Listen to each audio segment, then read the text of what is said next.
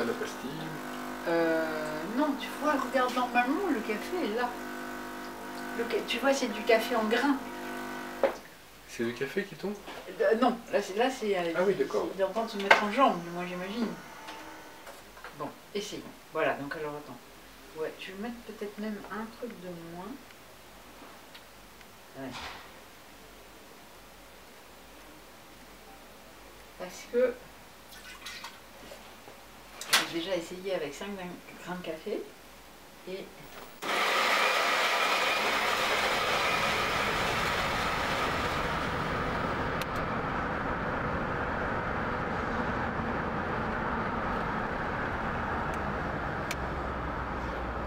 je crois qu'il y a un roman de science-fiction dans lequel il est question d'une intelligence artificielle qui réussit à démontrer l'inefficacité de certains comportements. Par exemple, de comportements non coopératifs. Si tu regardes ça sur suffisamment longtemps, tu t'aperçois que ton monde perd. J'ai l'impression que c'est quelque chose que toutes les cultures savent, mais que les individus ne savent pas. Et j'ai l'impression que si on pouvait trouver un moyen de les en convaincre, à ce moment-là, la Terre brillerait.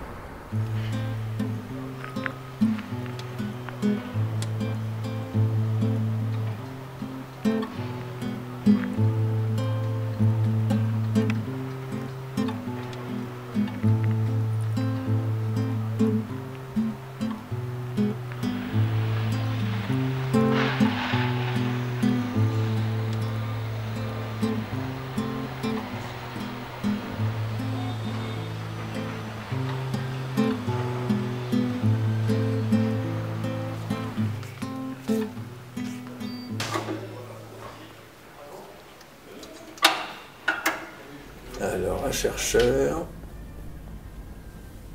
il essaye de... Bon, attends, non, c'est pas bon. Le métier de chercheur,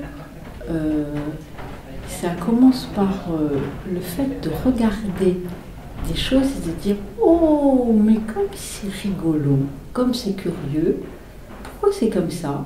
Comment ça pourrait être autrement? Comment il faudrait que ça soit ?» Et après, il y a une étape qui consiste à jouer avec les faits, comme si on était en train de faire un puzzle, de résoudre un problème. Il essaye de soit faire marcher des choses qui jusque-là ne marchaient pas, soit découvrir de nouvelles théories, de nouveaux concepts, alors en l'occurrence en informatique, de nouveaux algorithmes, qui, peut-être, sans doute, un jour feront avancer des problèmes que jusque-là on ne savait pas résoudre. C'est comprendre des idées, débattre des idées et essayer d'argumenter en faveur de ces idées. Faire avancer les choses et partager ses découvertes avec éventuellement l'ensemble de la planète, quoi. Toute la communauté de chercheurs, donc dans tous les pays. Et puis pas forcément attendre quelque chose en retour, ou alors ne pas attendre quelque chose en retour tout de suite. Ça peut être des choses qui seront peut-être applicables et utiles pour quelqu'un, mais dans 10, 20, 30 ans. Essayer d'explorer des pistes suivant suivant un peu notre intuition de ce qui va marcher, ce qui va pas marcher. Et il y a après quelque chose qui se dit « J'ai trouvé une solution, mais est-ce qu'il y a une meilleure solution? Est-ce que ça c'est vrai pour tous les problèmes du même type? Jusqu'où ça va ?» Et à ce moment-là, on essaye de généraliser et évidemment, quand on voit une limite, on se pose la question comment est-ce qu'on pourrait surmonter la limite.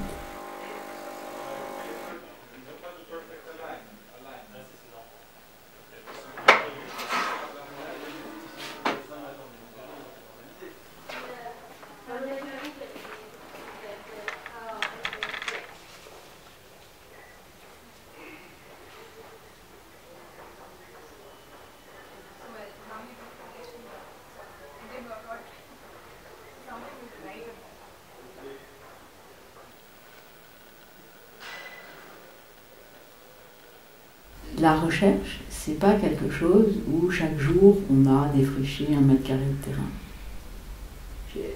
La plupart des jours, on a montré que ça, c'était pas la voie.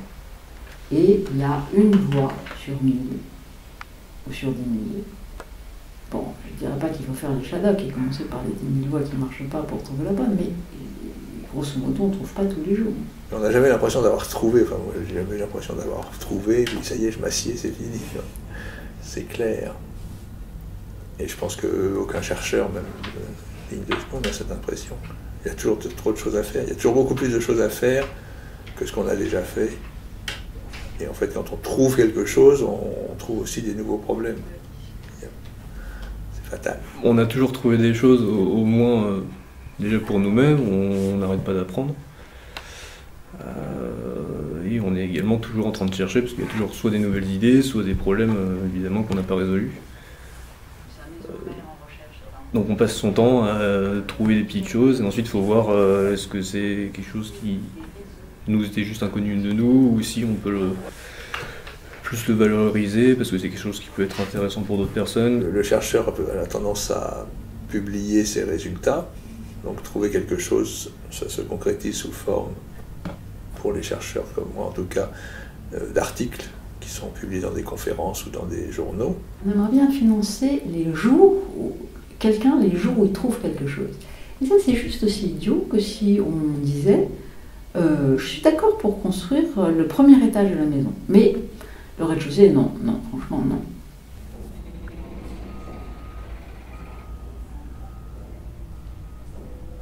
On parlera toujours de la recherche en médecine ou en pharmaceutique, parce que il y a clairement, tout le monde peut bien voir ce que ça représente et l'intérêt qu'il y a à faire de la recherche dans ces domaines. C'est évidemment beaucoup plus délicat en mathématiques, en informatique. On n'en parle pas assez. Financièrement, je trouve que c'est un scandale que les chercheurs permanents qui après des années, une dizaine d'années d'études, des mecs qui déjà à la base étaient extrêmement bons, une dizaine d'années d'études, et puis qui se retrouvent à être payés 2 fois moins que quelqu'un qui a fait juste un diplôme d'ingénieur et qui est peut-être moins bon. Ce qui est sûr en tout cas, c'est que quand il faut faire des économies, on peut facilement, et plusieurs gouvernements s'en sont jamais privés, diminuer les crédits de la recherche sans que ça se voit tout de suite. Le problème, c'est que ça se voit 10 ans, 20 ans après, et c'est trop tard, il faut ramer énormément pour rattraper. Donc, c'est de toute façon des investissements à long terme, et comme on est de plus en plus dans le court-termisme, je trouve ça pour la recherche, pour le climat, pour tout ce qu'on veut, la recherche souffre. Les gens qui jouent aux échecs, ils ont toujours la même logique de dire j'ai trouvé un bon coup, mais est-ce qu'il y a un meilleur coup? Et ça correspond au fait de généraliser. Quand tu es dans le public, tu as le temps, en général, de te poser la question de savoir s'il y a un meilleur coup. Quand tu es dans le privé, dès que tu as résolu un problème, il y a en général une pile de problèmes sur ta table, il faut passer au suivant. La recherche privée a souvent beaucoup plus de moyens que la recherche publique. Et donc on court un petit peu avec un boulet au pied. Alors il faut évidemment, la solution c'est de travailler avec la recherche privée, mais on ne sait jamais où ça peut nous amener. Parce que c'est un truc auquel on tient beaucoup, c'est le fait de publier tout, de rendre tout public. Et évidemment, la recherche privée peut avoir des intérêts commerciaux pour ne pas le faire.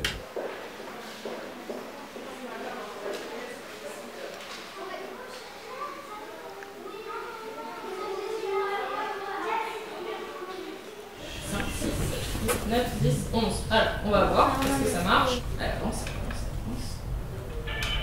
Ok, en gros, tant qu'elle n'a rien devant elle, vous voulez la faire avancer. Il y a justement quelque chose qui permet de faire ça en informatique. Ça va être une instruction qui va demander, tant que une certaine condition, fait quelque chose. Cette instruction, ça va être while, qui veut dire tant que en anglais. Maintenant, gauche. Alors gauche, si je fais droite-gauche, je vais me retrouver au même endroit. Gauche. L'idée, c'est que je vais faire demi-tour pour poser le caillou derrière moi. On commence par avancer, ensuite, qu'est-ce que je fais quand je suis face à mon caillou? On le prend. Ok. Et donc, tout ça, j'aimerais bien le répéter. Tant qu'il y a un caillou devant toi. C'est ça. Donc, ça s'écrit tant que regarde égale caillou. Donc, ça marche sur le premier. Hop. Et hop, là, ça marche sur le deuxième. Donc, on voit que c'est quand même très bien parti. Et on ouvre. Et on voit le niveau suivant, ce qu'il nous réserve. Pour le moment, la petite fourmi, elle se déplaçait sur l'écran. Là, on va faire encore mieux. Elle va se déplacer pour de vrai. Oh, trop bien, trop bien. Oh, c'est trop cool. Oh, mais tu fais ça, Pauline. Je sais pas. Oui, Qu'est-ce que vous voyez dans cet objet? Des piles. À quoi elles servent les piles? À faire bouger le robot. En fait, elles fournissent l'énergie. Ce machin blanc là, c'est quoi? Non. C'est une branchée. Effectivement. Qu'est-ce que c'est que ça? Ça a un nom que vous connaissez tous. Une clé USB. Donc on a dit le cœur de cet objet-là, c'était un ordinateur. Donc un ordinateur, c'est quelque chose qui prend de l'information. Alors, c'est quoi l'information? C'est ce que vous avez vu dans l'atelier binaire. Est-ce que c'est sombre devant moi ou est-ce que c'est clair devant moi? Et vous, vos yeux, ils font beaucoup mieux que ça. Non seulement ils voient qu'il y a la lumière, mais ils voient une image, ils voient plein de choses. Vous comprenez, les enfants? Je crois que oui. L'intérêt de cet objet-là, alors c'est un peu plus complexe, il faut apprendre à programmer, il faut apprendre un petit peu d'électronique, il faut apprendre un petit peu de mécanique. Mais une fois que vous avez appris ça, vous pouvez lui faire faire ce que vous voulez. Donc vous pouvez fabriquer des nouveaux objets qui répondent non pas aux besoins qu'on essaie de vous calquer, mais de répondre à vos propres besoins. Donc le Fab Lab, maintenant ça a à peu près 10 ans. Il y en a à peu près 150 et il y en a un millier dans le monde. Avec ces machines, surtout celle-là, on va découper jusqu'à 1 cm de bois. Ce qu'on a fait il n'y a pas très longtemps, c'est une table. Une bonne table. J'utilise un logiciel de dessin quelconque. On fait un dessin et on envoie. Ça c'est une découpe, c'est une fraiseuse numérique, encore une fois contrôlée par ordinateur, sur 5 axes. On a 2 axes en plus parce que en fait, le support sur lequel va reposer notre objet qu'on va fraiser peut pivoter. Ça c'est une fraiseuse à bois. Encore une fois, c'est un peu comme la découpe laser. On est juste limité par notre imagination, on peut faire des meubles, des portraits, on peut faire n'importe quel objet. 2 imprimantes 3D aussi qui fonctionnent un peu différemment, c'est des résines, c'est pas des filaments, c'est du liquide en fait, qui va venir être frappé par un laser. L'intérêt de ces machines par rapport à celle-là, c'est la précision. Encore une fois, elles ont plein de résines différentes, elles ont des résines calcinables, des résines claires. Le principe du Fab Lab, c'est vraiment de partager, donc tout ce qu'on va faire, on va le documenter. C'est un peu le principe ici, c'est de céder quoi. Tout ce que vous prototypez, vous pouvez le vendre si vous avez envie de démonter votre start-up plus tard. Mais le principe même, c'est quand même de partager tout ce qu'on fait. On a besoin de budgets conséquents pour faire des expériences médicales, pour trouver des nouvelles molécules, comme pour aujourd'hui faire des nouveaux algorithmes avec Alors on parle du big data, mais dans le big data il y a big, et big ça veut dire qu'il faut aussi des big machines pour les traiter. Si on a de la chance, on arrive dans cette équipe à avoir des machines assez puissantes sur lesquelles travailler. J'ai pas l'impression que les gens soient à la rue, mais enfin qu'il n'y ait pas de problème au niveau du boulot parce qu'on est en manque de moyens. Mais on nous donnerait plus, on ferait plus aussi. Il est tout à fait possible de vous empoisonner la vie et de vous rendre pauvre comme job sans toucher à un sou de l'argent qu'on vous donne. Il suffit de changer le règlement. Il suffit de dire par exemple que vous avez le droit de dépenser dans une fenêtre de temps qui est glissée entre, disons, le 15 août et le 2 septembre. Ou bien l'argent qui vous est donné pour le fonctionnement, alors il ne peut absolument pas aller pour l'équipement. Ou bien vous ne pouvez acheter des machines que des machines qui sont dans les marchés. Mais dans la pratique, à un moment donné où le prix du matériel bouge pratiquement d'un jour sur l'autre, c'est inédit dans notre branche.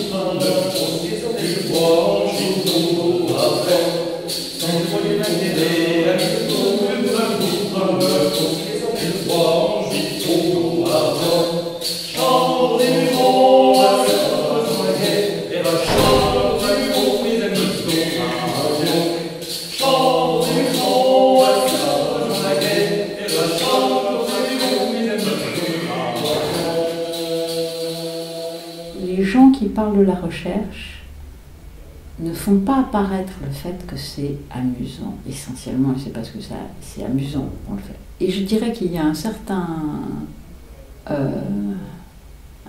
mépris des crânes d'œufs d'une manière générale, dans les médias, à la télé, etc., qui dit que ces gens sont des gens qui se prennent la tête. Et ça, c'est pas sexy. Et pourtant, c'est assez rigolo de se prendre la tête. C'est beaucoup mieux que si quelqu'un d'autre vous la prenait.